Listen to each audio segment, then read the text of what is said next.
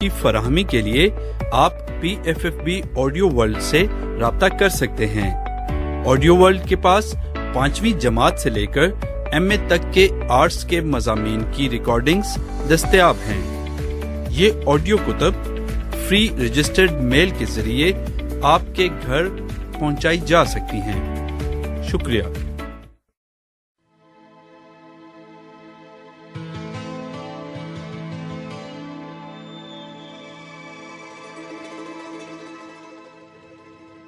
سفر در سفر، Ashfaq Ahmad, cassette number 2۔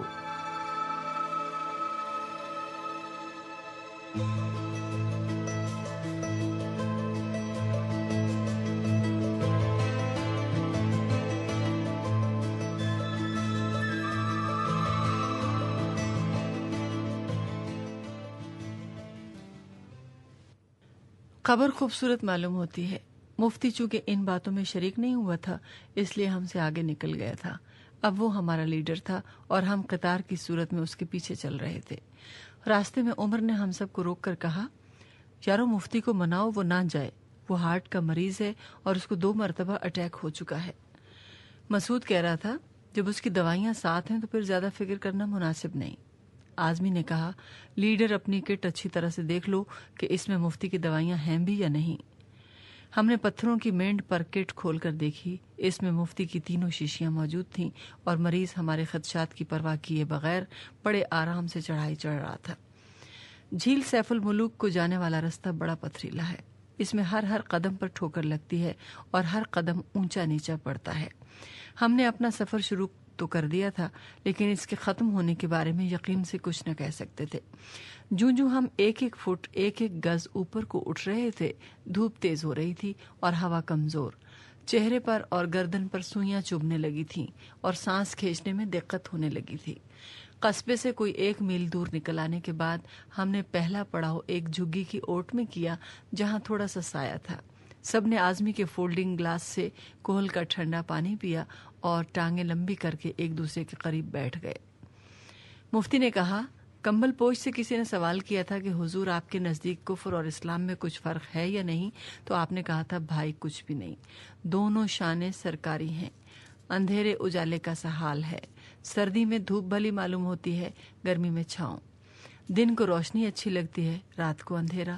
اصل حقیقت کیا ہے اس کا کسی کو بھی علم نہیں، پتہ نہیں یہ اونچائی نیچائی ایک سی ہیں یا ان میں کچھ فرق ہے۔ عماد جو مفتی کی بات غور سے سن رہا تھا، ٹوپی اتار کر بولا، دونوں سرکاری شانیں ہیں مفتی جی، فکر نہ کرو۔ فکر میں کرتا ہوں یا تیرا یہ کچھ لگتا مسعود کرتا ہے، مجھے کیا، میں کیوں فکر کروں؟ عمر نے کہا، اوے تلقین شاہ، تجھے یہ باتیں سمجھ میں آتی ہیں معرفت کی؟ اس کو تو ایک ہی بات سمجھ میں آتی ہے، مسعود ہنس کر بولا، اور وہ یہ کہ زیادہ سے زیادہ روپیہ کیسے کمایا جا سکتا ہے اور کس طرح سنبھال کر رکھا جا سکتا ہے۔ ہاں سچ، عماد نے سنجیدگی سے کہا، آپ اس قدر لالچی اور پیسے کے پتر کیوں ہیں؟ میں نے کسیانی ہنسی ہنس کر کہا، دراصل یہ خاصیت میرے ساتھ پیدا ہوئی ہے اور چونکہ میں نے اسے دور کرنے کی کوشش نہیں کی، اس لیے یہ اور بھی راسخ ہوتی چلی گئی اور اب میں حصول زر کے چکر سے نکل نہیں سکتا۔ جب تمہیں اس بات کا اتنا احساس ہے تو پھر اس چکر سے کیوں نہیں نکل آتے؟ عمر نے پوچھا۔ میں نے کہا، احساس 2 طرح کا ہوتا ہے، ایک اکتسابی اور دوسرا جذباتی۔ جب آدمی کو اکتسابی اور کتابی احساس ہوتا ہے تو وہ ہر مسئلے کا تجزیہ کر کے اسے اس طرح چھوڑ دیتا ہے، اور جب اس کی پیش قدمی جذباتی ہوتی ہے تو وہ اس مسئلے کے حل کرنے کے لیے جدوجہد کرتا ہے اور عام طور پر کامیاب ہوتا ہے۔ میں چونکہ حصول زر اور جلب منفعت کو کتابی طور پر برا سمجھتا ہوں، جذباتی طور پر نہیں، اس لیے اس چکر سے نہیں نکل سکتا۔ تو تم اس کو جذباتی مسئلہ بنا کر سوچا کرو نا۔ عمر نے بھول پنے سے نصیحت کی اور میں نے اسی بھول پن کے ساتھ اس کی نصیحت پر عمل کرنے کا وعدہ کر لیا۔ اتنے میں جھگی سے ایک آدمی اور اس کی 9-10 سال کی لڑکی برآمد ہوئی۔ وہ ہمارے پاس آ کر کھڑے ہو گئے تو مسعود نے جیب سے 2 لیمن ڈراپس نکال کر لڑکی کو دیے۔ آدمی نے پوچھا کہ ہم لوگ خدا نخواستہ جھیل سیف الملوک دیکھنے تو نہیں جا رہے؟ ہم نے بیک آواز ہو کر کہا، الحمدللہ وہیں جا رہے ہیں۔ وہ بیچارہ کچھ فکر مند سا ہو گیا اور منہ لٹکا کر بولا، پچھلے سال لاہور سے بیویوں کا ایک قافلہ آیا تھا، کوئی 30-35 بیویاں تھیں۔ بہت خوبصورت اور بہت ہی اچھے کپڑوں والی. ان کے ساتھ ان کی استانیاں اور مسیں بھی تھیں. وہ بھی پیدل سیف الملوک جا رہی تھیں. پھر عماد نے پوچھا، آگے ایک اخروٹ کا درخت آئے گا. آدھے راستے کے بعد کچی پہاڑی پر اس کے نیچے آپ کو ایک بڑا سا پتھر دکھائی دے گا، آدھا کالا اور آدھا لال. ایک بی بی نے جو ان سب میں سے خوبصورت تھی اس پتھر پر بیٹھ کر اپنی چپلی کا فیتا کسا اور بس وہیں ختم ہو گئی. کیا ہو گئی؟ عمر نے چیخ کر پوچھا. مر گئی، چھوٹی لڑکی نے جواب دیا. کیوں؟ عماد نے پوچھا. بس یہ اللہ کا حکم. جسم کا زور پڑا، خون نے گرمی کھائی، ٹھنڈی ہوا نے لپٹا مارا اور نس پھٹ گئی. پھر؟ عماد نے پوچھا. پھر کیا جی، اس کو سالم جیپ کرا کے لے گئے. لاہور کی بی بی تھی، بڑی خوبصورت. تم نے مری ہوئی دیکھی تھی؟ عمر نے پوچھا. نہ جی، ہم نے تو نہیں دیکھی، پہلے لوگوں سے سنا ہے. پہلے لوگوں سے؟ مفتی نے حیران ہو کر پوچھا. پہلے لوگ جو اس جھگی میں رہتے تھے ہم سے پہلے. آزمی نے کہا. اٹھو یارو، یہ تو سب کو سالم جیپ کرا دیتے ہیں. آئندہ کوئی آدمی ملا تو اس سے بات نہ کرنا. بالکل ٹھیک ہے جی، اس آدمی نے کہا. یہ پریوں کا علاقہ ہے، جب تک پہلے آدمی کو السلام علیکم کہو وہ وعلیکم السلام کہہ کر جواب نہ دے اس کے ساتھ بات نہیں کرنی چاہیے. کیوں؟ عماد نے پوچھا. وہ آدمی نہیں ہوتا جی، پری کا روپ ہوتا ہے، چڑیل ہوتی ہے. یار یہ پریاں اور چڑیلیں بھی بڑی دکھی مخلوق ہیں، مفتی نے کہا. مجھے ان لوگوں پر انسانوں سے بھی زیادہ ترس آتا ہے. لو شالا لوگ ترس کرنے کدھر چلا گیا؟ آزمی ہنس کر بولا. مفتی نے کہا. غوث علی شاہ قلندر نے لکھا ہے کہ جس زمانے میں ہم شاہ عبدالعزیز سے پڑھتے تھے تو ایک طالب علم تھا، نہایت پاکیزہ صورت اور موہنی مورت. اس کے پاس ایک چڑیل خوبصورت عورت بن کر آیا کرتی تھی اور 2 روپے ہر رات کو دے جاتی تھی. 2 روپے؟ میں نے حیران ہو کر پوچھا. اور مسعود قہقہ مار کر بولا. اس کمبخت کو صرف 2 روپے ہی نظر آئے اور وہ خوبصورت عورت نظر نہ آئی جو ہر رات طالب علم کے پاس آتی تھی. لعنت ہو تیری کمرشل سوچ پر. مفتی نے جھلا کر کہا. سنو یارو، غور سے سنو. وہ چڑیل خوبصورت عورت کے روپ میں تمام رات اس طالب علم کے ساتھ رہتی تھی. ایک رات دونوں ایک چارپائی پر تھے اور چراغ کوئی 5-6 ہاتھ کے فاصلے پر طاق میں روشن تھا. طالب علم نے ایک عام مرد کی طرح اس سے کہا کہ جا چراغ گل کر دے. اس عورت نے وہیں سے لیٹے لیٹے ہاتھ بڑھا کر چراغ گل کر دیا. یہ کیفیت دیکھ کر طالب علم سہم گیا اور ڈر کے مارے لرزنے لگا. عورت نے بہت کچھ تسلی تشفی اس بیچارے کی اور ہاتھ باندھ کر بولی. اے گل رانا، میں تجھ پر عاشق ہوں اور تیری باندھی ہوں، کسی قسم کا اندیشہ نہ کر. لڑکا چپ چاپ اپنی جگہ خوف زدہ لیٹا رہا. جوں توں کر کے رات بسر کی اور صبح کو یہ ماجرا شاہ عبدالعزیز صاحب کی خدمت میں بیان کیا. حضرت نے ایک تعویذ لکھ کر اس کے بازو پر باندھ دیا. رات ہوئی تو وہ عورت حسب معمول پھر اس کی کوٹڑی میں آئی مگر دور کھڑی رہی اور رو کر کہنے لگی. میں نے تیرے ساتھ کیا برائی کی جو تو نے ایسا ظلم مجھ ستم رسیدہ پر ٹھا دیا. خدا کے لیے یہ تعویذ کھول ڈال، اب میں 4 روپے روز دیا کروں گی. مسعود نے زور کا نعرہ مارا اور چلا کر کہا. سنا شاہ جی، 4 روپے روز. اور میں شرمندہ سا ہو گیا. پھر عمر نے بے چین ہو کر پوچھا. پھر مفتی؟ پھر کیا؟ مفتی نے کہا. اس ظالم نے تعویذ کھولا اور وہ ہمیشہ ہمیشہ کے لیے چلی گئی. پھر ہم اٹھے اور منزل کی طرف چلنے لگے. راستہ جب پتھریلا ہو، سورج کی تمازت تیز ہو، ہر قدم پر چڑھائی ہو تو مسافت مشکل سے طے ہوتی ہے. ہم اپنے پاؤں پر تو مضبوط تھے لیکن ہمیں سانس لینے میں دشواری ہو رہی تھی. لیڈر کا حکم تھا کہ چلتے رہو اور چلتے رہو. رکو گے تو مومنٹم ٹوٹ جائے گا اور تم لوگ کبھی بھی جھیل تک نہ پہنچ سکو گے. ہمارے پہلو سے 2 نوجوان لڑکے ٹٹوؤں پر سوار گزرے. ان کے ساتھ پیدل گائیڈ تھے جو ان نوجوانوں کو جھیل دکھلانے لے جا رہے تھے. مسعود نے حسرت بھری نظروں سے ٹٹوؤں کو دیکھا، پھر گردن جھکا کر چلنے لگا. راستے میں پتھروں کے درمیان طرح طرح کے جنگلی پھول اگے تھے جن سے تقریباً ہر ایک کو آزمی جانتا تھا اور ان کی نسل کو پہچانتا تھا. آزمی کو پھول جمع کرنے کا شوق ہے. تازہ رنگ برنگے چھوٹے بڑے سوکھے استری کیے ہوئے پھول. وہ بار بار جھک کر پتھروں کے درمیان سے کوئی پھول توڑتا، اس سے ایک ہاتھ بات کرتا، پھر احتیاط سے کاغذ میں لپیٹ کر اپنے تھیلے میں رکھ لیتا. آزمی کا مزاج اپنی طرز کا نرالا ہے.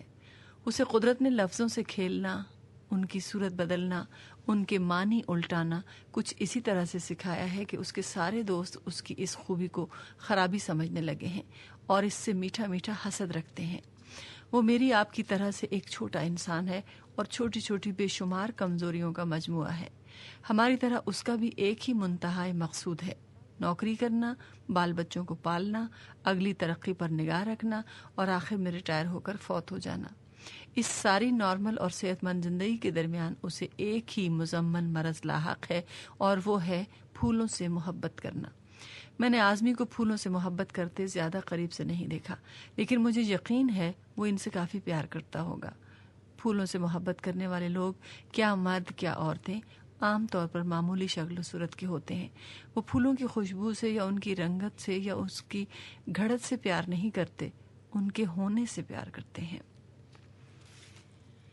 مفتی چلتے چلتے رک کر ایک پتھر پر بیٹھ گیا اور اپنے بوٹ کے تسمے کھول کر اس میں سے کنکر نکالنے لگا۔ ہم سب اس کے گرد گھیرا ڈال کر کھڑے ہو گئے۔ لیڈر کا حکم تھا کہ ہم میں سے کوئی بیٹھنے نہ پائے، کیونکہ بدن گرم ہے، سانس مرتب ہے اور ٹانگیں چلنت ہیں۔ اگر ان میں سے کسی ایک میں بھی رکھنا پڑ گیا تو ساری مہم دھری کی دھری رہ جائے گی۔ پھر لیڈر نے مفتی سے پوچھا کہ اس کا دل کس طرح سے چل رہا ہے۔ مفتی نے ہاتھ کے اشارے سے جواب دیا کہ ٹھیک ہے، لیکن وہ کچھ زیادہ ٹھیک نہیں تھا۔ عماد نے رائے دی کہ مفتی جی کو ایک لال گولی اسی وقت دے دینی چاہیے، لیکن مفتی نہ مانا اور یہی کہتا رہا کہ جب ضرورت پڑے گی تو وہ خود مانگ لے گا۔ اس مختصر سے قیام کے بعد ہمارا قافلہ پھر آگے چلنے لگا۔ مکئی کے چھوٹے بڑے کھیتوں کی مینڈھیں کاٹتے ہوئے جب ہم ایک ایسے راستے پر آئے جو نسبتاً کم پتھریلا تھا اور جس کی پگڈنڈی کے نیچے کچی مٹی بھی دکھائی دیتی تھی، تو ہماری جان میں جان آئی۔ پیچھے سے دو گوالوں نے ہمارے قریب آ کر سر نکالا اور زور سے السلام علیکم کہا۔ ہم سب نے باجماعت ان کے سلام کا جواب دیا۔ ان کے ہاتھ میں دودھ کے خالی برتن تھے اور سروں پر ساگ کی گٹھڑیاں تھیں۔ ان میں سے ایک نے کہا، ہم نے ناران کے بازار میں لوگوں کو باتیں کرتے سنا ہے کہ ایک 70 سال کا بوڑھا پیدل جھیل سیف الملوک دیکھنے جا رہا ہے۔ مفتی نے رک کر کہا، وہ بوڑھا میں ہوں، کر لو کیا کر سکتے ہو۔ دوسرے نے کہا، آپ کے منہ پر خون چڑھایا ہے، اس ارادے سے باز آ جائیں نہیں تو کلیجہ پھٹ جائے گا۔ مفتی بولا، یہ کلیجہ پہلے بھی 3 مرتبہ پھٹ چکا ہے، ایک مرتبہ بٹالے میں، پھر قصور میں اور حال ہی میں لاہور میں۔ لاہور میں دھرم پورے کے اندر پھٹا تھا۔ آزمی نے ہنس کر کہا اور پھر مجھ سے کہنے لگا، کیا نام تھا اس کا شاہ جی؟ عالم بی بی۔ عالم بی بی کون؟ عماد نے پوچھا۔ یہ نمازیوں کے سننے کی بات نہیں، مفتی نے جواب دیا، یہ بے نمازیوں کی وارداتیں ہیں۔ دونوں گوالے ہماری باتوں سے بیزار ہو کر جلدی جلدی قدم اٹھانے لگے اور دیکھتے دیکھتے اپنے برتنوں اور گٹھڑیوں سمیت پہاڑ کی چوٹی پر پہنچ گئے۔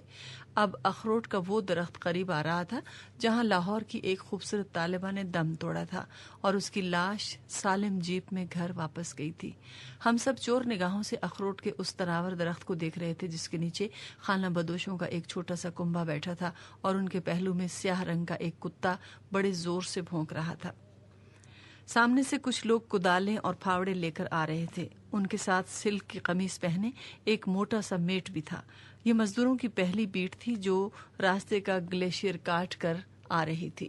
انہوں نے ہمیں روک کر ہم سے سگریٹ مانگے اور ہمیں یہ مشورہ دیا کہ یہیں سے واپس چلے جائیں کیونکہ جھیل ابھی بہت دور تھی اور شام پڑنے تک ہم بمشکل تمام وہاں پہنچ سکے تھے۔ میٹ نے کہا، پرسوں تک جیپ چلنی شروع ہو جائے گی اور شہری لوگوں کو آنے جانے میں تکلیف نہ ہوگی۔ بہتر یہی ہے کہ آپ بھی پرسوں تک انتظار کریں اور اپنی جان مشقت میں نہ ڈالیں۔ ہم نے اس کی بات پر کوئی توجہ نہ دی اور آگے چل پڑے۔ آگے چلنا، آگے بڑھنا اور مسلسل چلتے رہنا اولو العزم لوگوں کا کام ہے۔ ہر وقت منزل پر نگاہ رکھنی اور جد و جہد کے ساتھ زندہ رہنا زندہ لوگوں اور زندہ قوموں کا کام ہے۔ جو پیچھے رہ جاتا ہے وہ پس جاتا ہے، مر جاتا ہے، ختم ہو جاتا ہے۔ بلندی بلندی بلندی، شہرت شہرت شہرت، عزت عزت عزت، لیکن آگے بڑھنے، ہر وقت جد و جہد کرنے اور ستاروں پر کمندیں ڈالنے کی کوئی حد نہیں۔ اگر ایک ڈاکٹر ہو، ایک معمولی سا MBBS ساہیوال کا رہنے والا، جاٹوں کا لڑکا، معمولی گھرانے کا فرزند، اور وہ ترقی کرنے لگے اور ترقی کرتا کرتا انگلستان پہنچ جائے اور سرجری میں اپنے کمالات دکھا کر رائل سوسائٹی آف سرجنز کا فیلو بن جائے اور اس کی تحقیقات دنیا کی 7 زبانوں میں ترجمہ ہو کر سارے عالم میں پھیل جائیں اور اس کے لیے اعزازی ڈگریوں کے بند دروازے آپ سے آپ کھلنے لگیں اور اسے ہر ملک اپنے یہاں رہنے کی دعوت دے اور اسے واشنگٹن DC سے اس لڑکی کا خط ملے جس نے MBBS کے 4تھے سال میں اس سے بدتمیزی کی تھی اور ڈنر پر کہا تھا، ڈاکٹر صاحب آپ کچھ زیادہ ہی بور ہیں، آپ مجھے امپریس نہیں کر سکتے، اور یہ بات اس کے دل میں گرہ بن کر بیٹھ جائے اور اس نے اس گرہ کو کھولنے کے لیے مسلسل جد و جہد، مسلسل کوشش اور لگاتار محنت کی ہو، اور اس محنت کے صلے میں اسے دنیائے طب میں وہ مقام ملا ہو جس کا میں نے ابھی ذکر کیا، اور پھر واشنگٹن DC کے ڈپلومیٹک سروس کے بڑے صاحب کی اس لڑکی سے اس کی شادی ہو جائے، اور اس شادی پر چند غیر ملکی ڈاکٹر بھی کراچی آئیں اور اس شادی میں شریک ہوں، تو کتنا بڑا خواب شرمندہ تعبیر ہو اور نوجوان کی کیسی دیرینہ آرزو پوری ہو۔ پھر وہ ہاکس بے کے ہٹ میں ہنی مون منائیں، گھوڑا ڈاکا، خانس پور اور ایوبیا میں ایک ساتھ 1 مہینہ گزاریں، لندن، پیرس اور روم کے ہوٹلوں میں اپنی رنگین، خوشگوار اور پائیدار ازدواجی زندگی کے پروگرام بنائیں، اپنے بچوں کے نام پہلے سے سوچیں، لڑکی ہر رجسٹر میں دستخط کرتے وقت اپنے نام کے نئے لفظ کو اجاگر کر کے لکھے تو خوشی، شادمانی اور کامیابی کے کیسے کیسے شادیانے بجیں، اور جب ان کے ہاں پہلا بچہ پیدا ہو اور زچہ بچہ اسپتال سے گھر آئیں اور کوٹھی کے 3 بڑے لانوں میں 3 بڑے تمبو تانے جائیں اور پولیس بینڈ بجے، تو محنت اور مسلسل جد و جہد اور کامیابی و کامرانی کیسے کیسے رنگ برنگے جوڑے پہن کر ان تمبوؤں کے درمیان اور قناتوں کے ساتھ ساتھ چکر لگائیں۔ جب ڈاکٹر کے آفٹر شیو لوشن کی خوشبو اور اس کی بیوی کے نیناریچی کی نکھت ایک ساتھ بچے کے گالوں میں رچنے لگے، تو زندگی کس کس طرح ان کی کوٹھی کے دروازے اور دریچوں میں جھولا جھولے۔ اور پھر ایک دن اس لڑکی کا ایک کزن بھارت کے جنگی کیمپ سے رہا ہو کر کراچی اپنی کزن سے ملنے جائے اور ڈاکٹر کا کیپٹن سے پہلی مرتبہ تعارف ہو، اور تینوں لان میں بیٹھ کر چائے پئیں اور جنگی کیمپوں کے حالات سنیں اور تنہائی، اداسی اور دوری کے قصے بیان کریں، اور رات کے وقت کیپٹن اپنے کمرے میں کھڑکی کھول کر وائلن بجائے اور سمندر کی لہریں اس میں آنس بھریں، اور مسلسل جد و جہد اور کشمکش اور کوشش کا لکڑہارا اپنے تکیے پر سر رکھ کر سو جائے، اور اس کی بیوی وائلن کی آواز سنتی رہے اور اس کی آنکھوں سے آنسو بہہ کر اس کے کانوں میں گرنے لگیں، اور ساتھ کے کمرے میں جا کر وہ اپنے بچے کو دیر تک دیکھتی رہے، اور پھر مٹھی بھر آیا کو کمبل اڑا کر واپس اپنے بستر میں آ کر لیٹ جائے تو کیا ہو۔ اور اگر مسلسل جد و جہد کرنے والا محنتی، زندہ اور اول العزم ڈاکٹر بقیہ عمر اپنی بیوی کے آنسو پوچھتا رہے اور اس کا کوئی علاج نہ کر سکے تو کیا ہو۔ اور اگر وہ کیپٹن نوکری چھوڑ دے اور شادی کرانے سے انکار کر دے اور پورٹ ٹرسٹ میں ملازم ہو کر لیاری کوارٹرز میں رہنے لگے تو کون روکے۔ اور اگر ڈاکٹر اپنی بیوی کو علاج کی غرض سے ولایت لے جائے اور اس کا علاج نہ ہو سکے تو پھر کون سے ستارے پر کمند ڈالے۔ لیکن ہر وقت اپنی منزل پر نگاہ رکھنا اور جد و جہد کے ساتھ زندہ رہنا زندہ لوگوں اور زندہ قوموں کا کام ہے۔ جو پیچھے رہ جاتا ہے وہ پس جاتا ہے، مر جاتا ہے، ختم ہو جاتا ہے۔ ہماری نگاہیں اپنی منزل کی طرف تھیں اور ہم ایک زندہ قوم کے روپ میں آگے ہی آگے بڑھتے چلے جا رہے تھے۔ ہم کل 6 تھے اور 6 کے 6 ایک ساتھ چل رہے تھے۔ اگر ہم 5 ہوتے یا اس سے بھی کم ہوتے تو بھی اسی طرح چلتے۔ تعداد کارکردگی پر اثر انداز نہیں ہوتی، نہ کارکردگی سے کوئی متاثر ہوتا ہے۔ ایک وقت ہوتا ہے، ایک لمحے کی بات ہوتی ہے جب اثر کا جالا مؤثر بن جاتا ہے، اور اس وقت نہ کبوتر کی کوئی خوبی تھی، نہ نور جہاں کی، نہ شہزادہ سلیم کی۔ ایک لمحہ تھا جو اپنا کام کر گیا اور پھر سالوں اور مہینوں پر محیط ہو گیا۔ مسعود نے چیخ کر کہا، شاہ جی پھر واپس پہنچ گئے ہو لاہور؟ میں نے دھیمی آواز میں کہا، نہیں یار، میں تو تمہارے ساتھ ہوں۔ اس کو مارو، مفتی نے رک کر کہا۔ گنتی میں ہم 6 ہیں لیکن اصل میں 5 ہیں۔ یہ سالہ ہر وقت غائب رہتا ہے۔ حاضر سائیں حاضر، میں نے جواب دیا، اور پھر ہم چلنے لگے۔ دراصل سانس پھول جانے کے باعث ہم زیادہ باتیں نہیں کر سکتے تھے اور مومنٹم پر اثر پڑنے کی وجہ سے رک بھی نہ سکتے تھے۔ دور سامنے مزدوروں کی دوسری بیٹ گلیشیئر کاٹ رہی تھی اور ہمیں ان کے پھاوڑے اوپر اٹھتے اور نیچے گرتے صاف دکھائی دے رہے تھے۔ عمر نے کہا، عماد بتا گلیشیئر یہاں سے کتنی دور ہے؟ گلیشیئر؟ عماد نے ایک آنکھ میچ کر کہا، یہاں سے بس ہوگا کوئی 1.5-2 میل دور۔ ٹھیک ہے، عمر نے تسلیم کیا اور سوٹی ہوا میں لہرا دی۔ آزمی نے کہا، لو شالا، لوگ کوئی شرط ہی نہیں لگائی۔ اس نے 1.5 میل کہا، اس نے مان لیا۔ ان دونوں میں سمجھوتا ہو گیا ہے، مسعود بولا۔ اب یہ جھیل تک کوئی شرط نہیں لگائیں گے۔ سمجھوتا بھی بڑے کام کی چیز ہے، مفتی نے مری ہوئی آواز میں کہا۔ جب سمجھوتا ہو جاتا ہے تو آدمی سکھی ہو جاتا ہے۔ نہیں مفتی جی، مسعود نے اپنی ہکلاہٹ کے ساتھ کہا، سمجھوتے میں زبردستی کا ایلیمنٹ ہوتا ہے، مان لینے کی کیفیت نہیں ہوتی۔ سب کچھ جانتے ہوئے سمجھوتا کرنا بڑا کربناک ہے۔ اور میرا بابا کہتا ہے، میں نے اونچی آواز میں کہا، کہ ماننے کے لیے جاننا ضروری نہیں۔ واہ واہ، مسعود نے نعرہ لگایا، اپنے بابے کی باتیں سنا۔ میں نے کہا، اس وقت سانس پھولی ہوئی ہے، کہیں بیٹھیں گے تو بات کریں گے۔ ہم پھولی ہوئی سانسوں اور دکھی ٹانگوں کے ساتھ آگے بڑھتے رہے اور گلیشیئر ہم سے دور ہوتا رہا۔ راستہ سنسان تھا اور چاروں طرف خاموشی پھیلی ہوئی تھی۔ خاموشی کی بھی ایک اپنی آواز ہوتی ہے، ایک اپنی کیفیت ہوتی ہے، ایک اپنا ہی پیٹرن ہوتا ہے۔ میں نے ایک زمانے میں مختلف خاموشیاں ریکارڈ کی تھیں۔ رات کے 1 بجے مقبرہ نور جہاں کے باہر 5 منٹ کی خاموشی ریکارڈ کی تھی۔ پھر آدھی رات کو سمن آباد کی ڈونگی گراؤنڈ کی خاموشی ریکارڈ کی تھی۔ پھر چولستان میں آدھی رات کا سناٹا ریکارڈ کیا تھا۔ یہ تینوں ریکارڈیں میرے پاس موجود ہیں اور میں نے انہیں کئی لوگوں کو سنوایا ہے۔ ایک جگہ کی خاموشی دوسری جگہ سے مختلف ہے۔ جب ایک نہایت ہی خاموش جگہ میں آدمی 3 گھنٹے تک مسلسل بیٹھا رہے تو ابتدا میں اس پر بڑی خوشگوار کیفیت گزرتی ہے۔ پھر دل کے دھڑکنے کی صدا آتی ہے، اس کے ساتھ نبض چلنے اور رگوں کے پھڑکنے کی آواز شروع ہو جاتی ہے، اور آہستہ آہستہ یہ صدائیں اتنی بلند ہو جاتی ہیں کہ کانوں کے پردے پھٹنے لگتے ہیں اور اندر باہر بے شمار ڈھول بجنے لگتے ہیں۔ اتنی اونچی آواز آتی ہے کہ آدمی سے برداشت نہیں ہوتی اور وہ مضطرب ہو کر سناٹے سے باہر نکلنے کی کوشش کرتا ہے اور ان آوازوں میں پناہ ڈھونڈتا ہے جو اس کے معمول میں داخل ہوتی ہیں۔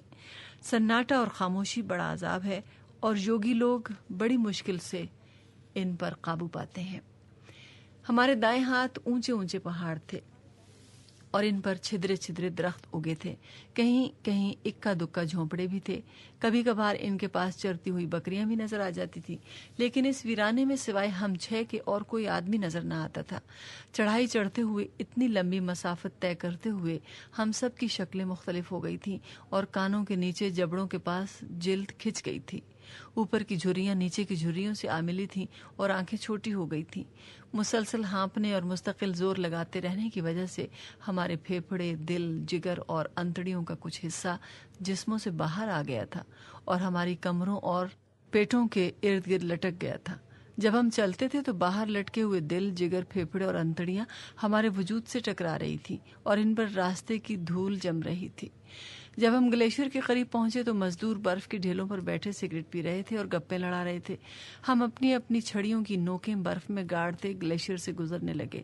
کٹے ہوئے بھربھرے راستے پر برف کرچ کرچ کر کے ہمارے پیروں تلے دب رہی تھی اور ہمارے تپے ہوئے پاؤں اندر ہی اندر ٹھنڈے ہونے لگے تھے۔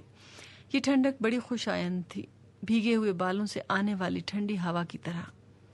اس میں تو دوری کا احساس ہوتا ہے، لیکن اس میں پاؤں پڑنے کی کیفیت بھی تھی۔ ہم نے مزدوروں کو یک زبان سلام کیا اور ان کے قریب سے گزرنے لگے۔ مفتی برف پر کبڑا ہو کر چل رہا تھا اور اسے ہر لمحہ پھسل جانے کا خوف لاحق تھا۔ مسعود ماترے گنتا ہوا جا رہا تھا، میں بے تالا تھا اور عمر اور آزمی نارمل انداز میں چل رہے تھے۔ ایک عماد کی حالت خراب تھی، ٹھنڈی ہوا کی وجہ سے اسے پھر اکائی آنے لگی تھی۔ برف کا ٹوٹا مشکل سے 250-300 گز لمبا ہوگا، لیکن اسے عبور کرنے میں اندازے سے زیادہ وقت لگا۔ گلیشیئر ختم ہوا تو مفتی نے کمر سیدھی کر کے کہا، اب لاؤ ذرا۔ لیڈر نے فوراً کٹ کھول کر سرخ گولیوں والی شیشی نکالی تو مفتی جھلا اٹھا، شیشی نہیں گدھے لیڈر، مجھے چائے چاہیے۔ اور ہم سب مل کر چائے چاہیے کون سی جناب گانے لگے۔ لیڈر نے سوٹی اٹھا کر ہمارا کورس بیچ میں ہی کاٹ دیا اور اعلان کرنے کے انداز میں بولا، چائے وہاں مل سکے گی جہاں چشمہ ہوگا، پہاڑی کی اوٹ ہوگی، درختوں کی چھاؤں ہوگی اور سبزے کا ہموار ٹکڑا ہوگا۔ اور اگر مفتی نے غصے سے اس کی طرف دیکھ کر کہا، یہ ساری چیزیں ایک جگہ نہ ملیں تو چائے بھی نہیں ملے گی؟ کیوں نہیں، لیڈر نے چمکار کر کہا، یہ چیزیں نہ بھی ہوئیں تو بھی چائے ملے گی، تم چلو تو صحیح۔ عماد نے اس کی تائید کرتے ہوئے کہا، ہاں مفتی جی آپ چلیں تو صحیح، 10 قدم پر چشمہ مل جائے گا۔ چشم ماں روشن بھی ملے گا اور دل شاد بھی، آزمی نے کہا۔ دل شاد کون؟ مسعود نے پوچھا۔ وہی جو پشاور سے آزاد کشمیر ریڈیو پر گانے آیا کرتی ہے، عماد نے جواب دیا۔ یار وہ دلشاد تو بڑی موٹی تھی، عمر بولا، یہ دوسری اچھی تھی لائل پور والی۔ لائل پور کی ساری دلشادیں اچھی ہوتی ہیں بھائی، آزمی نے کیپ ہاتھ پر جھاڑتے ہوئے جواب دیا۔ یار اس دلشاد کے ساتھ نظامی مرحوم نے بڑا اچھا لطیفہ کیا، مسعود نے کہا تو لیڈر بولا، اب آگے بھی چلو کہ یہیں رکے رہو گے؟ راستہ لمبا ہے اور وقت کم ہے۔ وقت کم تھا، جھیل دور تھی اور ہمیں ہر حال میں سپہر سے پہلے وہاں پہنچنا تھا۔ راستے میں کھانا کھانے اور چائے پینے کے لیے 1 گھنٹے کی بریک لازمی تھی۔ لیڈر سوٹی گھما گھما کر کہہ رہا تھا، جلدی کرو، ہمت سے کام لو، وقت کم ہے اور ہمیں دور پہنچنا ہے۔ شاباش شاباش میرے جواں ہمت ساتھیوں، شاباش، مسعود بار بار نعرے لگا رہا تھا اور مفتی کو ان کے نعرے اور للکارے ناگوار گزر رہے تھے۔ جب ہم کچی چڑھائی کا ایک موڑ مڑے تو سامنے گھاس کا ایک وسیع میدان نظر آیا، اس کے عین وسط میں 4 اونچے درخت ایستادہ تھے۔ مفتی نے رک کر کہا، چائے کا مقام مل گیا۔ کہاں؟ سب نے حیران ہو کر پوچھا۔ وہ سامنے، مفتی نے سوٹی سے اشارہ کیا۔ اور پانی؟ لیڈر نے پوچھا۔ پانی کی تلاش میں لیڈر جائے، عماد بولا، اور پھر ہم نے لیڈر کے نعرے لگانے شروع کر دیے۔ لیڈر ہماری کم ہمتی کے آگے ہتھیار ڈال گیا اور ہمیں درختوں کے جھنڈ کی طرف لے چلا۔ بڑی خوبصورت گھاس تھی، کہیں کہیں اکا دکا پھول کھلے تھے۔ آزمی ان پھولوں کے نام بتا رہا تھا، مسعود انہیں سوٹیاں مارتا چل رہا تھا۔ پائن کی خوشبو پھیلی ہوئی تھی اور ہلکی ہلکی ٹھنڈی ہوا چل رہی تھی۔ جب ہم اپنی اپنی کمریں کھول کر آرام سے بیٹھ گئے تو لیڈر نے اپنی کٹ سے کیتلی نکالی اور کہنے لگا، اب مردوں کی طرح بیٹھ کیوں گئے ہو؟ پتھر اکٹھے کر کے چولہا بناؤ اور کھنگلے جلاؤ۔ میں نے کہا 10 منٹ تک ہم سے بات نہ کرنا ورنہ ہم ماریں گے اور رکھ کر عذر سستی ماریں گے، آزمی نے کہا۔ لیڈر بڑبڑا کر خاموش ہو گیا لیکن اپنی جگہ سے اٹھا نہیں۔ دراصل وہ بھی تھک گیا تھا اور تھکا ہوا آدمی جب ایک مرتبہ بیٹھ جائے تو پھر اس سے اٹھا نہیں جاتا۔ ہم سب آنکھیں موند کر گھاس پر لیٹ گئے اور ہماری خاموشی نے ہماری توجہ کا دامن وسیع کر دیا۔ کوئی 1 منٹ کے سکوت کے بعد ہمیں ڈرب ڈرب اور ٹکل ٹکل کی آوازیں آنے لگیں۔ لیڈر اپنی جگہ سے تڑپ کر اٹھا اور گردن گھما کر بولا، اوئے کمینو، چشمہ تو یہ چل رہا ہے ہماری کمروں کے پیچھے۔ عماد نے کوہنی کے بل ہو کر دیکھا، ذرا سی اونچائی پر گھاس کے سرسبز پودوں کے درمیان پانی کے بڑے بڑے قطرے کوزہ بھر گہرائی میں گر رہے تھے۔ عماد نے لیڈر سے کہا، بیٹا کیتلی لے کر جا اور اس ٹرکل کے نیچے رکھ دے۔ یہ کہہ کر وہ پھر لیٹ گیا اور اپنے رومال سے چہرہ ڈھانپ لیا۔ سورج کی تیز اور تیکھی کرنیں درختوں کی ڈالیوں سے ہو کر اس کے چہرے پر پڑ رہی تھی۔ کوئی 15 منٹ اسی طرح لیٹے رہنے کے بعد مسعود الا اللہ کا نعرہ مار کر اٹھا اور پتھر ڈھونڈنے لگا۔ آزمی بھی اس کے پیچھے چلا۔ پھر میں اور عماد اٹھ کر کھنگلے اکٹھے کرنے لگے۔ درختوں کی چھانگ اور غیر قانونی طور پر کاٹی ہوئی لکڑی کے بڑے چھوٹے ٹکڑے ادھر ادھر بکھرے ہوئے تھے۔ ہم نے چولہا بنایا، آگ جلائی اور کیتلی اس پر دھر دی۔ پھر توشہ دان سے پراٹھے اور انڈوں کی ٹکیاں نکالیں اور چولہے کے سامنے بیٹھ کر کھانے لگے۔ بڑی شدید بھوک لگی تھی اور اونچائی پر لطیف اوزون اسی خوراک میں لطیف سی چٹنی کا کام دے رہی تھی۔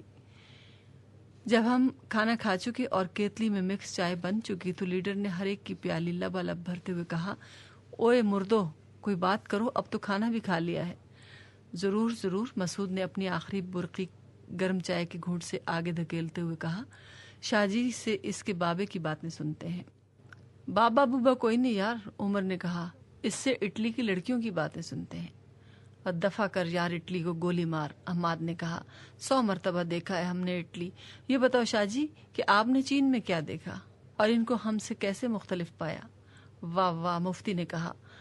چین چین چین۔ میں نے کہا یار چین میں نے دیکھا ضرور ہے، لیکن بڑی دیر ہوئی دیکھا تھا، اب پتہ نہیں اس کا کیا حال ہوگا۔ کوئی بھی حال ہو، مسعود نے کہا، تم موجودہ حال کو بھول جاؤ، اپنے زمانے کی بات کرو۔ چین صوفیوں کا ملک ہے اور وہاں تصوف کا فلسفہ چلتا ہے۔ لا حول ولا قوت، عمر نے چڑھ کر کہا، کوئی عقل کی بات کرو، اتنے بڑے عظیم انسان کو صوفی بنا رہے ہو، راہب بنا رہے ہو، گوشہ نشین بنا رہے ہو۔ میں نے کہا عمر، جب تک میں نے صوفیزم کے بارے میں کچھ نہ پڑھا تھا اور تصوف کے بارے میں علم حاصل نہ کیا تھا، میری بھی یہی سوچ تھی جو تمہاری ہے، اور ایک میں کیا ہر شریف آدمی اور پڑھے لکھے مہذب آدمی کی یہی سوچ ہے۔ لیکن اس علم پر ایک دو کتابیں پڑھنے کے بعد اور ان سے کچھ حاصل نہ کر سکنے کے بعد میں ان بابوں اور بزرگوں کی تلاش میں نکلا جو ہمارے علم، ہماری دھرتی، ہماری سائیکی اور ہماری مٹی سے تعلق رکھتے ہیں، جن کے پاس ہمارے لگتوں کا علم اور ان کی وراثت ہے۔ تمہیں کیا ضرورت آ پڑی تھی ان لوگوں سے ملنے کی؟ مسعود نے پوچھا۔ اس لیے میں نے کہا کہ میں Time Life, Newsweek, sweet news اور ریڈرز ڈائجسٹ پڑھ پڑھ کر تنگ آ چکا تھا، اور میرا دل چاہنے لگا تھا کہ میں ان بابوں کی بات بھی سنوں جنہیں میں اور میرا باپ اور میرے بھائی بہنیں کئی سال ہوئے گاؤں میں چھوڑ آئے تھے۔ دراصل میں اپنے لگتوں سے ملنا چاہتا تھا، ہر ہفتے حلقے میں جا جا کر اداس ہو گیا تھا۔ یہ کب کی بات ہے؟ مفتی نے پوچھا۔ یہ مفتی جی سن 64 اور 65 کی درمیانی مدت کا ذکر ہے۔ میں نے اپنا پورٹیبل ٹیپ ریکارڈر لیا اور لائل پور، سالار والی، گولڑا شریف اور پاک پتن شریف کے چکر لگانے لگا کہ شاید جہاں مجھے کوئی ایسا بابا مل جائے جس کے پاس ہمارے لگتوں کا اصل علم ہو۔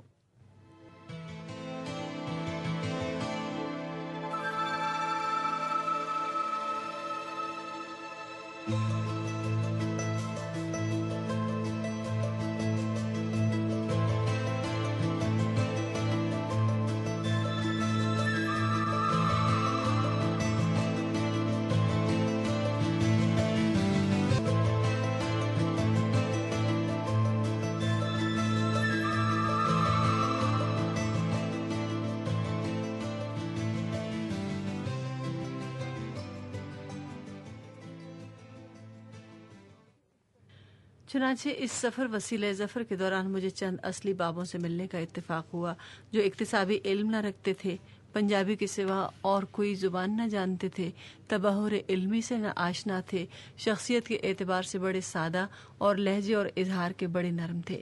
میں نے ان سے کچھ باتیں سنی، کچھ باتیں ان میں دیکھیں، کچھ مجھے سمجھ آیا، باقی کا سارا میرے پلے نہیں پڑا۔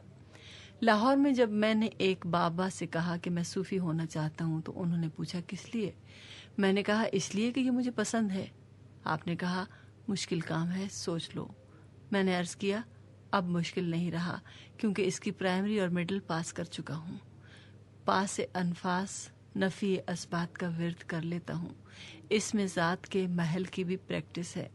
آگے کے راستے معلوم نہیں، وہ آپ سے پوچھنے آیا ہوں اور آپ کی گائیڈنس چاہتا ہوں۔ بابا نے ہنس کر کہا تو پھر تم روحانی طاقت حاصل کرنا چاہتے ہو، صوفی بننا نہیں چاہتے ہو۔ میں نے کہا ان دونوں میں کیا فرق ہے؟ کہنے لگا روحانی طاقت حاصل کرنے کا مقصد صرف خرق عادات یعنی کرامات کا حصول ہے، اور یہ طاقت چند مشقوں اور ریاضتوں سے پیدا ہو سکتی ہے، لیکن تصوف کا مقصد کچھ اور ہے۔ وہ کیا؟ میں نے پوچھا تو بابا نے کہا کہ تصوف کا مقصد خدمت خلق اور مخلوق خدا کی بہتری میں لگے رہنا ہے۔ مخلوق اللہ سے دور رہنا رہبانیت ہے، اور اللہ کی مخلوق میں اللہ کے لیے رہنا یہ پاکی ہے اور دین ہے۔ مجھے اس بابا کی یہ بات اچھی نہ لگی۔ بیچارہ پینڈو بابا تھا، اس کا علم محدود تھا۔ میں اٹھ کر آنے لگا تو کہنے لگا روٹی کھا کر جانا۔ میں نے کہا جی کوئی بات نہیں، میں ساہیوال پہنچ کر کھا لوں گا۔ کہنے لگا خدمت سعادت ہے، ہمیں اس سے محروم نہ کرو۔ میں توان و کرہن بیٹھ گیا۔ بابا اندر سے رکابی اور پیالی لے کر آیا، پھر اس نے دیگچے سے شوربہ نکال کر پیالی میں ڈالا اور دال رکابی میں۔ چنگیر سے مجھے ایک روٹی نکال کر دی جسے میں ہاتھ میں پکڑ کر کھانے لگا۔ وہاں مکھیاں کافی تھیں، بار بار ڈائیو لگا کر حملے کرتی تھیں۔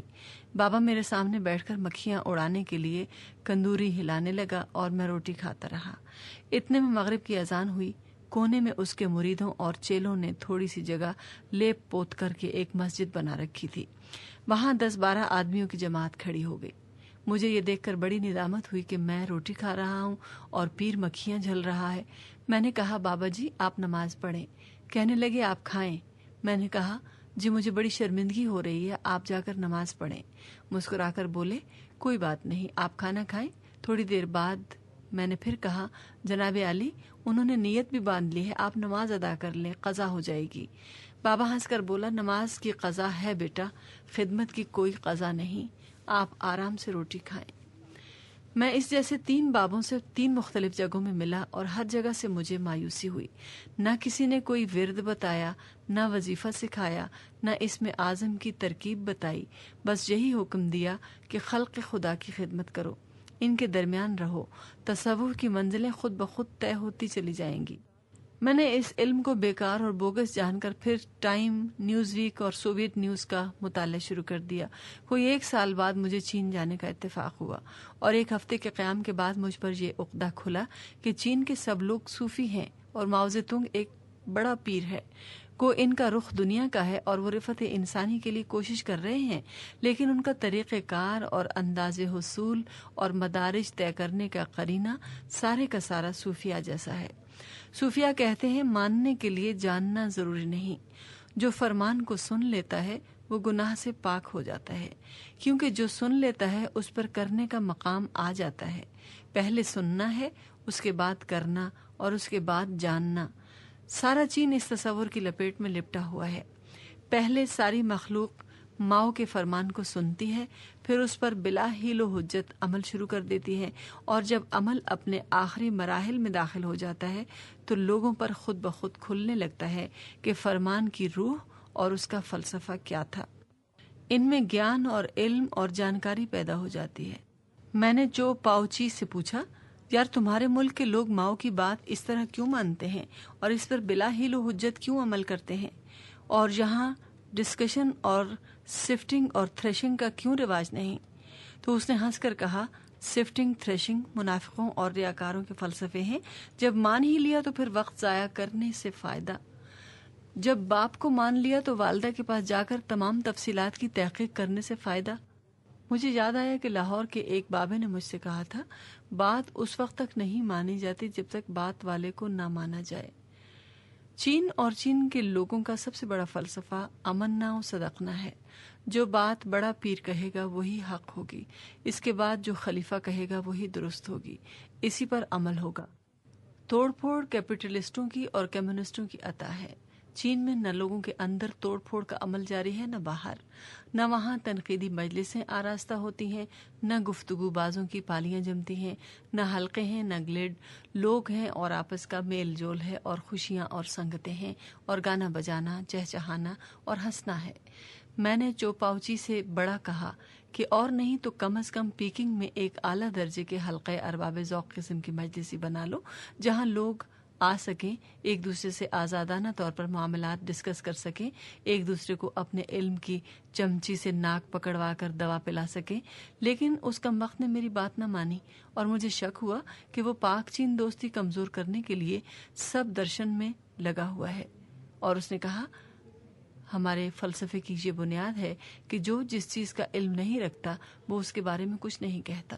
جب تک وہ عملی طور پر عرفان حاصل نہ کر لے اپنے ہڈ گوڑے اس میں نہ جلائے، جب تک پوری کیفیت اس پر نہ واپرے وہ بات کرنے کا مجاز نہیں. میں نے کہا یہ تو ہمارے صوفی بھی کہتے ہیں کہ صاحبو جس درجے کی توفیق نہ ہو اس کا اعلان یا اقرار نہیں کرنا چاہیے. اس نے کہا میں صوفی کو تو نہیں جانتا، لیکن ہمارے یہاں یہی بات ہے کہ اگر میں نے کھیت میں کام نہیں کیا تو کھیت کی بات نہیں کروں گا، اگر فیکٹری میں کام نہیں کیا تو فیکٹری کی بات نہیں کروں گا، اور اگر اسکول میں نہیں پڑھاتا تو درس و تدریس کی بات نہیں کروں گا. میں نے کہا گویا تمہارے یہاں صاحب حال ہی اپنے حال کی بات کر سکتا ہے. اس نے پوچھا صاحب حال کا کیا مطلب؟ میں نے کہا صاحب حال وہ ہوتا ہے جو ایک تو حال پر گزر رہا ہو، نہ ماضی کی یاد میں مبتلا ہو، نہ مستقبل سے خوف زدہ ہو. دوسری یہ کہ اس پر ایک خاص علم کا، ایک خاص عمل کا اور ایک خاص کیفیت کا تاثر ہو. ہمارے یہاں صوفیہ ایسی بات کہنے، ایسا اعلان کرنے اور ایسی تحریر لکھنے سے منع کرتے ہیں جو متکلم کی اپنی کیفیت نہ ہو، اپنا حال نہ ہو، مثلا ایک خاص کیفیت، ایک خاص جذب، ایک خاص واردات کی بدولت جو کہا جائے یا لکھا جائے اسے تو حق سمجھتے ہیں، باقی کو ناحق۔ اپنا حال ہے تو نظم، غزل، نعت لکھنے کو جائز سمجھتے ہیں، طرح مصرع پر غزل لکھنے کو ریا اور منافقت پر محمول کرتے ہیں۔ اسی طرح اپنا حال ہے اور خلق خدا میں رہ کر زندگی بسر کی ہے اور ان کی زندگی اور ان کی کیفیات اور ان کی مشکلات اور ان کے انبساط کو حال بنایا ہے تو مضمون لکھ سکتے ہیں، ورنہ ریاکاری ہے اور خلق خدا کے ساتھ منافقت ہے۔ چوپاؤچی نے ڈائری نکال کر چینی زبان میں حال اور صاحب حال کی ترکیبیں لکھ لی اور ہنس کر مجھ سے پوچھنے لگا، تم صاحب حال ادیب ہو؟ میں نے کہا میرے 4 افسانے صاحب حال کی کیفیت کے ہیں، باقی کے 318 مضمون منافقت اور ریا کے ہیں۔ اس نے ہنس کر کہا بڑی خطرناک پروپورشن ہے۔ میں نے کہا ایسے ہی ہے اور یوں ہی ہوگا۔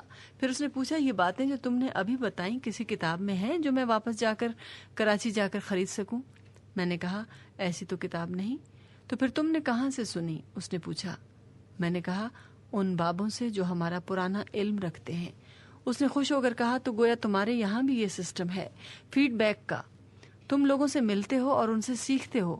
میں نے کہا ایسا تو کوئی سسٹم نہیں، میں تو اپنے شوق کی غرض سے گیا تھا صوفی ازم کا علم سیکھنے، اور انہوں نے میرے ہاتھ میں ایک گھگو تھما دیا کہ خلق خدا کی خدمت کرو، فیض یاب لوگوں کی صحبت میں رہو، سارے درجے آپ سے آپ مل جائیں گے، ہمارے پاس آنے کی ضرورت نہیں۔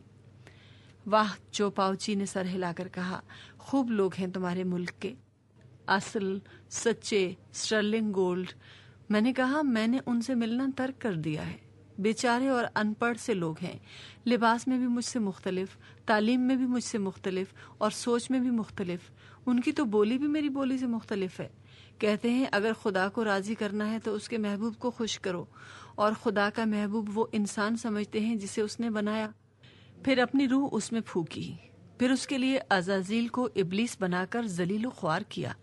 وہ کہتے ہیں اونچا مقام حاصل کرنا ہے تو خدا کے محبوب کی خدمت کرو، اس کو خوش کرو، اس کی خوشامد کرو، وہ آپ سے آپ ہاتھ میں آ جائے گا۔ عین اسی طرح جس طرح عاشق کے روبرو محبوب کی تعریف کرنے اور اس کی خوشنودی حاصل کرنے سے عاشق خوش ہوتا ہے۔ چوپاؤچی نے کھڑکی سے باہر اشارہ کرتے ہوئے کہا، کرو خوش اس کو، کرو خدمت اس کی، بڑا آسان کام ہے، تم کرتے کیوں نہیں ہو؟ تم کو تو تمہارا خدا بھی انہی کی بدولت مل رہا ہے۔ میں نے چوپاؤچی کو خوش کرنے کی غرض سے کہا، ہمیں خدا نہیں چاہیے یار، ہم پڑھے لکھے اور تعلیم یافتہ لوگ ہیں، ہم خدا کو لے کر کیا کریں گے؟ اور چونکہ ہمیں اس کی ضرورت نہیں، اس لیے ہم نے اس کے محبوب کو لے کر چاٹنا ہے؟ ہمیں تو اس کے جھٹلانے کے لیے اور اس کا بتلان کرنے کے لیے قدم قدم پر اس کے محبوب کی ناسیں دھواں دینا پڑتی ہیں، اسے ٹکٹکی پر کھینچنا پڑتا ہے، چاہے سرکاری دفتر ہو، چاہے سبزی منڈی ہو، چاہے بازار ہو، چاہے حویلی ہو، چاہے ادبی محفل ہو، چاہے نماز عید ہو، ہمیں کسی نہ کسی صورت اس کے محبوب کو چماٹے مار کر سیدھا رکھنا پڑتا ہے۔ اگر ایسا نہ کریں تو کمبخت سر چڑھ جائے۔ میری بات سن کر چوپاؤچی زور سے ہنسا۔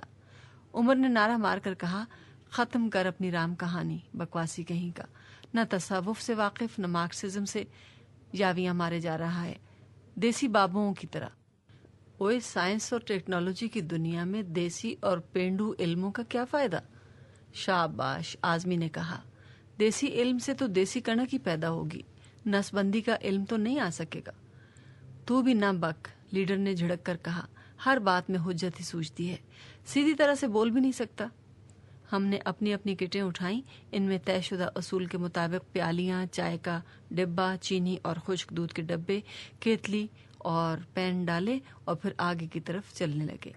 اب مفتی کی طبیعت کچھ بوجھل ہو گئی تھی، اس کے قدم مشکل سے اٹھتے تھے، وہ بار بار رکتا اور ہم سب کے آگے چلنے کو کہتا، لیکن کوئی بھی اس کو پیچھے چھوڑ کر چلنے کے لیے تیار نہ تھا۔ مسعود کا خیال تھا کہ اسے ایک چٹان کی اوٹ تلے بیٹھنا اور آرام کرنا چاہیے اور سفر ترک کر دینا چاہیے۔ لیڈر بضد تھا کہ اگر ہم میں سے ایک بھی پیچھے رہ گیا تو مہم کا لطف آدھا ہو جائے گا۔ میری، اماد کی اور آزمی کی کوئی رائے نہ تھی۔ ہم اچھے عوام کی طرح بڑے لیڈروں کے آخری فیصلے کا انتظار کر رہے تھے۔ اتنے میں بادل زور سے گرجا اور ہم سب نے نگاہیں اوپر اٹھا دیں۔ صرف مفتی اپنی چھڑی پر جھکا ہوا نیچے راستے کو دیکھتا رہا۔ لیڈر نے کہا بارش کے آثار ہیں، مفتی کا ساتھ چلنا ٹھیک نہیں، اس کو بڑی تکلیف ہوگی۔ لیڈر کے بدلے ہوئے نظریے پر مفتی کو دکھ پہنچا، لیکن وہ منہ سے کچھ نہ بولا۔ کوئی 100 گز کے فاصلے پر ایک بڑی سی چٹان پہاڑ کے پہلو سے باہر نکلی ہوئی تھی۔ لیڈر ڈبل لگا کر اسے دیکھنے لگا اور اس کا معائنہ کرنے کے بعد زور سے بولا، لے آؤ اس کو، بڑی فرسٹ کلاس جگہ ہے، لیٹ بھی سکتا ہے، بیٹھ بھی سکتا ہے۔ ہم مفتی کو بازوؤں سے پکڑ کر اس طرف لے چلے۔ اس کو ہمارا سہارا دینا اچھا نہ لگا اور اس کے چہرے پر تکدر کے آثار پیدا ہو گئے۔ جب ہم اس کھو کے پاس پہنچے جہاں مفتی کو بٹھانا تھا اور ہمیں آگے جانا تھا، پھر لوٹتے ہوئے اس کو وہاں سے لینا تھا، تو میرے دل پر ایک گھونسا سا لگا۔ ایک سادھو تھا بڑی عمر کا، جس نے گیروے کپڑے پہن رکھے تھے اور سر اور بھویں منڈائی ہوئی تھی، اور اس کے پاس پیتل کا ایک تاملوٹ تھا اور وہ برگد کے تنے کے سہارے بیٹھا تھا، اتنے بڑے برگد کے نیچے جتنے بڑے برگد تلے مہاتما بدھ کو نروان ہوا تھا۔ یہ برگد ہمارے قصبے کے اسکول سے کوئی فرلانگ بھر کے فاصلے پر تھا اور اس کے نیچے اتنا اندھیرا تھا کہ ہم لڑکے کبھی اس کی چھاؤں میں سے نہ گزرے تھے۔ مجھے جب بھی کسی آصف زدہ جگہ کا خیال آتا، اس برگد کا اندھیرا، اس کے پتوں کی گرد اور اس کی داڑھیوں کے گچھے ضرور یاد آ جاتے۔ میں اس وقت 6ٹھی جماعت میں پڑھتا تھا اور نیکر پہن کر اسکول جاتا تھا۔ جس دن پہل میں نے اس سادھو کو اس برگد تلے دیکھا تو مجھے یوں لگا جیسے وہ سرخ کھنکتی ہوئی مٹی کا ایک بت ہو جس کی آنکھوں میں گہرے سبز رنگ کے کنچے پڑے ہوں۔ میں نے اسے حرکت کرتے کبھی نہیں دیکھا۔ جس مقام پر پہلے دن دیکھا تھا 2-3 مہینے تک اسی طرح اسی حالت میں دیکھتا رہا۔ پھر ایک دن وہ سادھو لیٹ گیا اور اس کا تاملوٹ بھی اس کے قریب ہی لیٹ گیا۔ انہی دنوں ہمارے قصبے میں سرخ آندھی آئی اور سارے گھر سرخ مٹی سے اٹ گئے۔ سادھو کے جسم پر برگد کے پتوں کا ایک ڈھیر جمع ہو گیا۔ پھر ایک دن بارش برسی، زور کی موسلادھار بارش، اور وہ سادھو کے جسم سے سارے پتے بہا کر لے گئی۔ وہ پتے اس کے لیٹے ہوئے تاملوٹ میں اسی طرح پڑے رہے۔ میں اسکول سے آتے جاتے نظریں چرا کر اس سادھو کو ضرور دیکھا کرتا۔ میری رفتار برگد کے پہلو میں قدرے سست ہو جاتی اور میں خوف کے مارے تیزی سے چل نہ سکتا۔ گرمیوں کی چھٹیوں سے کوئی 10 دن پہلے میں نے اسکول جاتے ہوئے اس بت میں حرکت کے آثار دیکھے۔ اس کے گھٹنے اوپر کو اٹھتے تھے اور پھر نیچے بیٹھ جاتے تھے۔ سر ہلکے ہلکے دائیں بائیں ہلتا تھا اور ایک ہاتھ میں بھی جنبش ہوتی تھی۔ جب میں دوپہر کے بعد اسکول سے لوٹا تو سادھو کے جسم کی حرکت بند ہو چکی تھی اور 2 پیلے دھاری دار بھونڈ اس کی آنکھوں پر بیٹھے تھے۔ رات بھر اس کا چہرہ میری نگاہوں کے سامنے گھومتا رہا۔ اگلے دن اسکول جاتے ہوئے میں نے حوصلہ کر کے برگد کے نیچے نگاہ ڈالی تو سادھو ابھی تک وہاں لیٹا ہوا تھا اور اس کے چہرے اور اس کی ننگی رانوں کے ساتھ بے شمار بھونڈ اور بھیڑیں چمٹی ہوئی تھیں۔ شام کے وقت کمیٹی کے چوڑے اسے گند گاڑی میں ڈال کر لے گئے۔ جب مفتی اپنی چھڑی زمین پر رکھ کر اس کھوہ میں بیٹھنے لگا تو میں نے چیخ مار کر کہا، یہ نہیں ہو سکتا، مفتی یا تو ہمارے ساتھ چلے گا یا ہم سارے نہیں جائیں گے۔ لیکن کیوں؟ لیڈر نے تنک کر پوچھا۔ اس لیے کہ اسے ہمارے ساتھ ہی رہنا ہوگا، ہم اسے اکیلا نہیں چھوڑ سکتے، میں نے کہا۔ کوئی بات نہیں یار، مفتی نے مصالحت آمیز لہجے میں کہا، تم لوگ جھیل دیکھ آؤ، میں تمہارا انتظار کروں گا۔ نہیں مفتی جی نہیں، مسعود نے سر ہلا کر کہا، جھیل آپ سے زیادہ امپورٹنٹ نہیں، پھر کبھی صحیح۔ ہم سب نے مسعود کی ہاں میں ہاں ملائی اور مفتی اپنی سوٹی اٹھا کر پھر ہمارے ساتھ چلنے کو تیار ہو گیا۔ رستہ لمبا تھا، جھیل ابھی دور تھی اور اونچائی تیزی سے اوپر کو اٹھتی جا رہی تھی۔ ہم چند قدم چلے ہوں گے کہ مفتی کو سانس لینے کے لیے پھر رکنا پڑا۔ اس کے ساتھ ہی سارا قافلہ رک گیا۔ ایک امریکی عورت سر پر پیلا رومال باندھے ٹٹو پر سوار جھیل دیکھ کر واپس آ رہی تھی۔ اس کے ساتھ ساتھ سیاہ داڑھی والا ایک لنجا گائیڈ چل رہا تھا اور ان کے پیچھے بھوری داڑھی اور سنہرے بالوں والا ایک لمبا تڑنگا کوہستانی مرد جا رہا تھا۔ لیڈر نے اسے روک کر کہا، خان ہمارے ساتھی کو اٹھا کر جھیل تک چلو گے؟ ہم تمہیں 10 روپے دیں گے۔ 10 روپے کا نام سن کر وہ زمین پر بیٹھ گیا اور اپنی چپلی کے بند کسنے لگا۔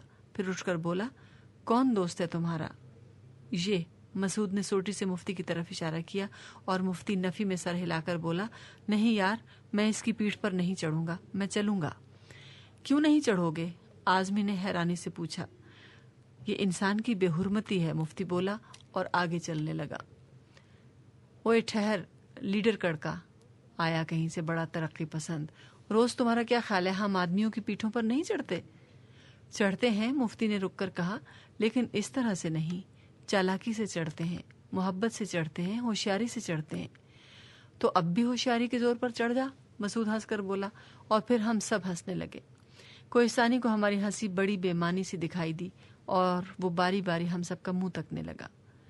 کوئی بات نہیں مفتی جی، عماد نے سنجیدگی سے کہا، چڑھ جاؤ، کوئی نہیں دیکھے گا، کوئی نہیں بتائے گا۔ مفتی کچھ ڈاما ڈول سا ہو گیا تو لیڈر نے اپنی سوٹی اوپر اٹھا کر کہا، لو بھائی، قسم کھاؤ خدا کی جس نے کوہستانی اور اس کی پیٹھ پیدا کی ہے کہ کوئی بھی واپس جا کر یہ نہیں بتلائے گا کہ مفتی نے راستے میں ایک آدمی پر سواری کی تھی۔ ہم سب نے یک زبان ہو کر قسم کھائی اور اس عہد کو برقرار رکھنے کے لیے اپنے دائیں ہاتھ اوپر ہوا میں اٹھا دیے۔ کوہستانی زمین پر بیٹھ گیا اور مفتی اس کی پیٹھ پر سوار ہو گیا۔ ہم پھر اسی طرح سے چلنے لگے، کچھ اونٹ کی چال، کچھ اصیل مرغے کی چال اور کچھ دھڑ ٹوٹے ہوئے کتے کی طرح۔ ہمارا اور مفتی کی ڈنڈا ڈولی کا فاصلہ کچھ 10 قدم کا تھا۔ اچانک اس نے آواز لگا کر کہا، ہٹ جاؤ، ایک طرف ہو جاؤ، بھگت کبیر کی بیوی آ رہی ہے۔ مفتی کی آواز سن کر ہم رک گئے اور کوہستانی اسے لے کر ہمارے قریب آ گیا۔ مفتی نے کوہستانی کے گلے میں بازو ڈالے ڈالے کہا کہ ایک روز بھگت کبیر مہاراج کے گھر چند سادھو مہمان آئے۔ اتفاق سے اس وقت ان کے گھر پر کھانے پینے کی کوئی چیز موجود نہ تھی اور مہمانوں کو بھوکا رکھنا کبیر جی کا دھرم نہ تھا۔ بہت پریشان ہوئے اور اپنی بیوی سے کہنے لگے، اب کیا علاج کیا جائے؟ بیوی نے کہا، مہاراج، کہنے کی بات تو نہیں، لیکن اب مشکل ایسی آ پڑی ہے کہ کہے بنا رہا بھی نہیں جاتا۔ ایک بنیا مجھ پر عاشق ہے اور مجھے دیکھ کر ٹھنڈی سانسیں بھرا کرتا ہے۔ اگر کہو تو اس سے کچھ سودا لے آؤں؟ کبیر جی نے کہا، نیکی اور پوچھ جاؤ شکار کرو۔ کبیر کی بیوی جو نہایت خوبصورت اور بلا کی حسین تھی، بنیے کی دکان پر گئی اور کہا، بے وقت مہمان آ گئے ہیں، گھر پر کوئی چیز موجود نہیں، ان کے لیے اتنا سامان مطلوب ہے۔ بنیے نے کہا، اس شرط پر دیتا ہوں کہ تو رات کو میرے پاس رہے۔ کبیر جی کی بیوی نے حامی بھر لی اور بنیے کی شرط مان کے سودا لے آئی اور مہمانوں کو پکا کر کھلا دیا۔ جب رات زیادہ ہو گئی تو بھگت کبیر نے کہا، لو اب کپڑے بدلو، زیور پہنو اور جو وعدہ بنیے سے کیا ہے اسے پورا کرو۔ بیوی نے 12 ابرن اور 16 سنگھار کیے اور کبیر جی اسے اپنی پیٹھ پر لاد کر بنیے کے گھر کی طرف لے چلے۔ بڑی محبت سے لے جا کر اسے بنیے کے دروازے پر جا اتارا اور خود پلٹ آئے۔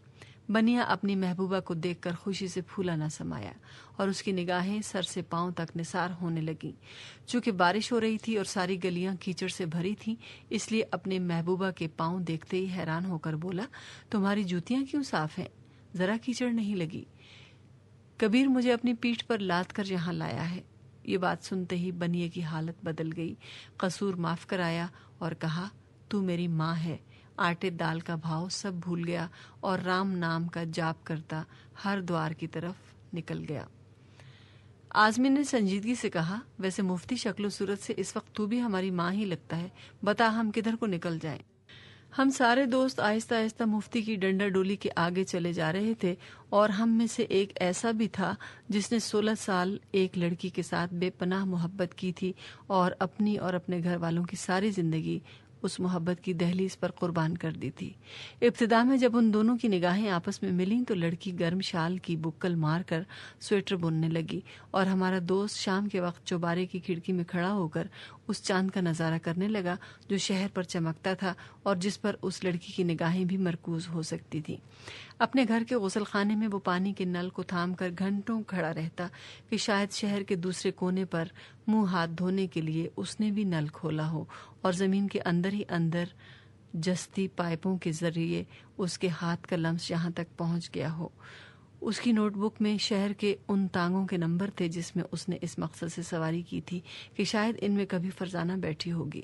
اس نے اپنے شہر کے ہر کھمبے کو ہاتھ لگا کر دیکھا تھا کہ شاید راہ چلتے ہوئے کبھی فرزانہ کا ہاتھ یا برقعے کا کونا اس سے ٹکرایا ہو۔ ہم سب فرزانہ کو جانتے تھے اور اپنے اپنے طور پر اس کی طبیعت سے واقف تھے۔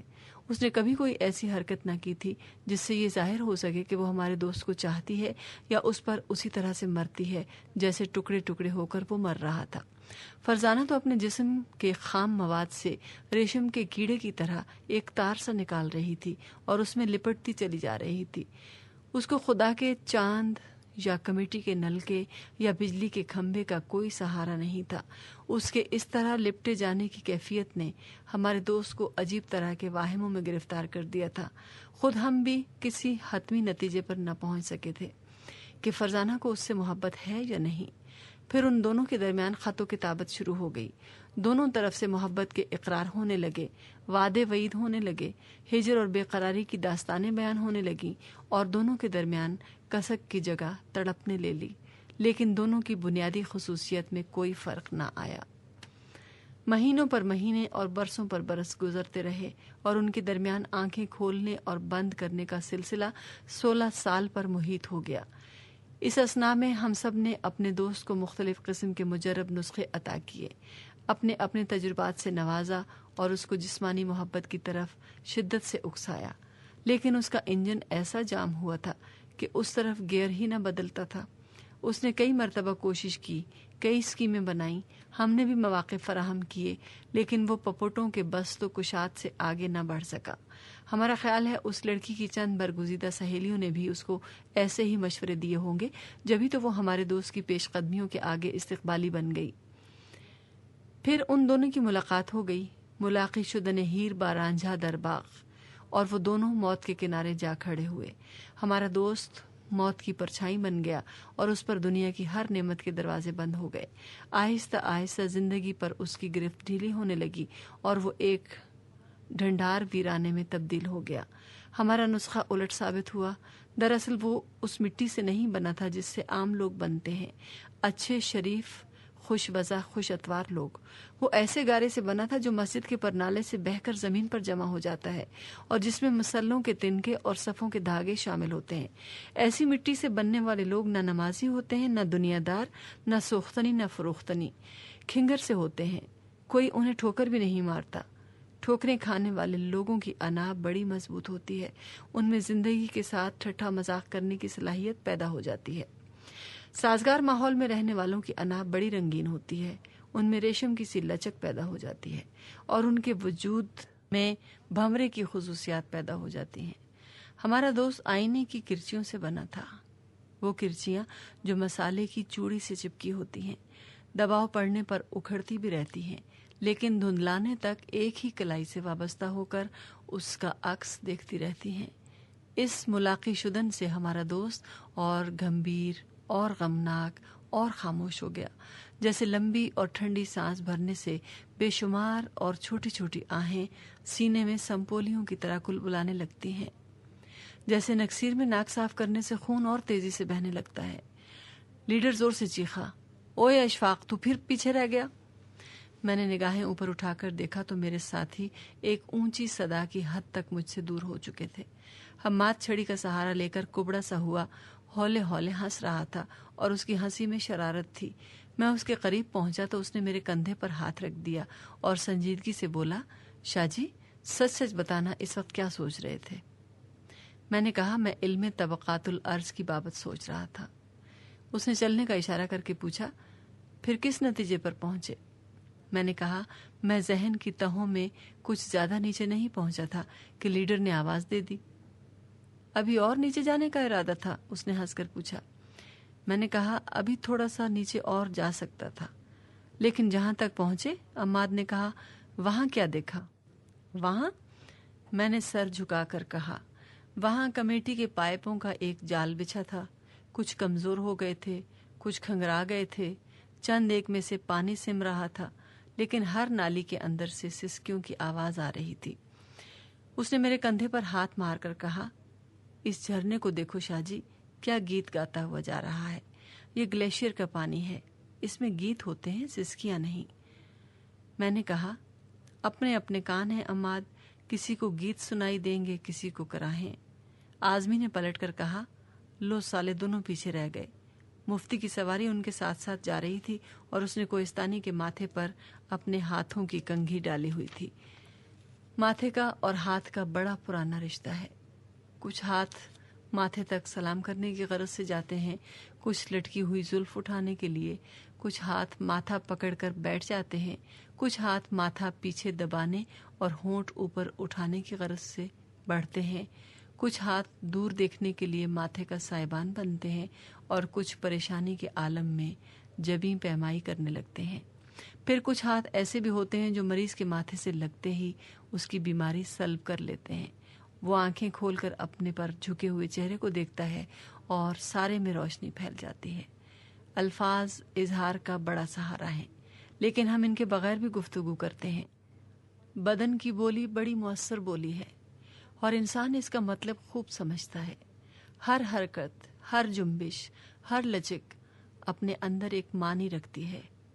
اس کے لیے مخاطب کو کوئی ڈکشنری دیکھنی نہیں پڑتی، کسی سے معنی پوچھنے نہیں پڑتے. جب آپ دل ہی دل میں کسی کی پذیرائی کرتے ہیں، کسی کو قبولیت کا شرف بخشتے ہیں، تو باتیں کرتے ہوئے آپ کے بازو کھل کھل جاتے ہیں اور ہاتھوں کی انگلیاں پھیل پھیل جاتی ہیں. آپ کرسی سے آگے جھک کر بات کرتے ہیں، میز پر کوہنیاں ٹیک کر سر آگے کر کے بولنے لگتے ہیں. کوٹ کے گریبان کے یا بلاؤز کے بٹن کھولنے سے آپ کی مراد یہ ہوتی ہے کہ آؤ تمہیں اپنے دل میں بٹھا لوں، تم سے دل کی باتیں کروں. مفتی نے کوہستانی کے ماتھے پر اپنے ہاتھوں کی کنگھی ڈالی ہوئی تھی اور وہ دونوں آپس میں آہستہ آہستہ باتیں کر رہے تھے. عماد نے میری طرف دیکھے بغیر اسی طرح سر جھکائے ہوئے پھر پوچھا، ہاں شاہ جی، تو پھر آپ کیا سوچ رہے تھے؟ کوئی خاص بات نہیں، میں نے ہولے سے کہا. کافی خاص بات لگتی تھی. اس نے کہا، آپ کا چہرہ بڑا متفکر تھا. میں نے کہا، ہر دانشور کا چہرہ ہر وقت متفکر ہوتا ہے، یہ کوئی نرالی بات نہیں. دانشور کے لفظ پر وہ زور سے ہنسا اور رک کر بولا، ایک عام آدمی دانشور کب بنتا ہے؟ میں نے کہا، عماد، اس کے لیے وقت کی کوئی قید نہیں، کسی سیمسٹر سسٹم کی ضرورت نہیں، کوئی امتحان پاس نہیں کرنا پڑتا. بس کچھ عرصہ چند دانشوروں کے درمیان بیٹھ کر آدمی خود بھی دانشور بن جاتا ہے. کہنے لگا، شاہ جی، میں ایک انجینئر ہوں اور ساری عمر ایک الیکٹرانک مستری بنا رہا ہوں. اپنی سمجھ کے مطابق چند کتابیں بھی پڑھی ہیں، کچھ سمجھدار لوگوں سے بھی ملا ہوں، لیکن میں دانشور نہیں بن سکا. میں نے کہا، سائنس کے طالب علموں کی سب سے بڑی خرابی یہ ہے کہ وہ دانشور نہیں بن سکتے. تم لوگ بڑے شوق سے B S C M S C کرتے ہو تاکہ نوکری حاصل کرنے میں آسانی رہے، اور تم کو نوکری آسانی سے مل بھی جاتی ہے، لیکن اپنی تمام عقل مندی اور فہم و فراست کے باوجود تم دانشور نہیں کہلا سکتے. انجینئر کہلاتے ہو، ڈاکٹر کہلاتے ہو، جیولوجسٹ کہلاتے ہو، لیکن دانشور نہیں. سفر در سفر. اس کے ساتھ ہی کیسٹ نمبر 2 اپنے اختتام کو پہنچی. بقیہ سفر نامہ سننے کے لیے کیسٹ نمبر 3 لگا لیجئے. اگر آپ بولتی کتابوں کے لیے ہم سے رابطہ قائم کرنا چاہیں تو ٹیلی فون نمبر 2253-803 یا پی او باکس نمبر 1652 پر سائمہ عمار سے رابطہ کریں. شکریہ.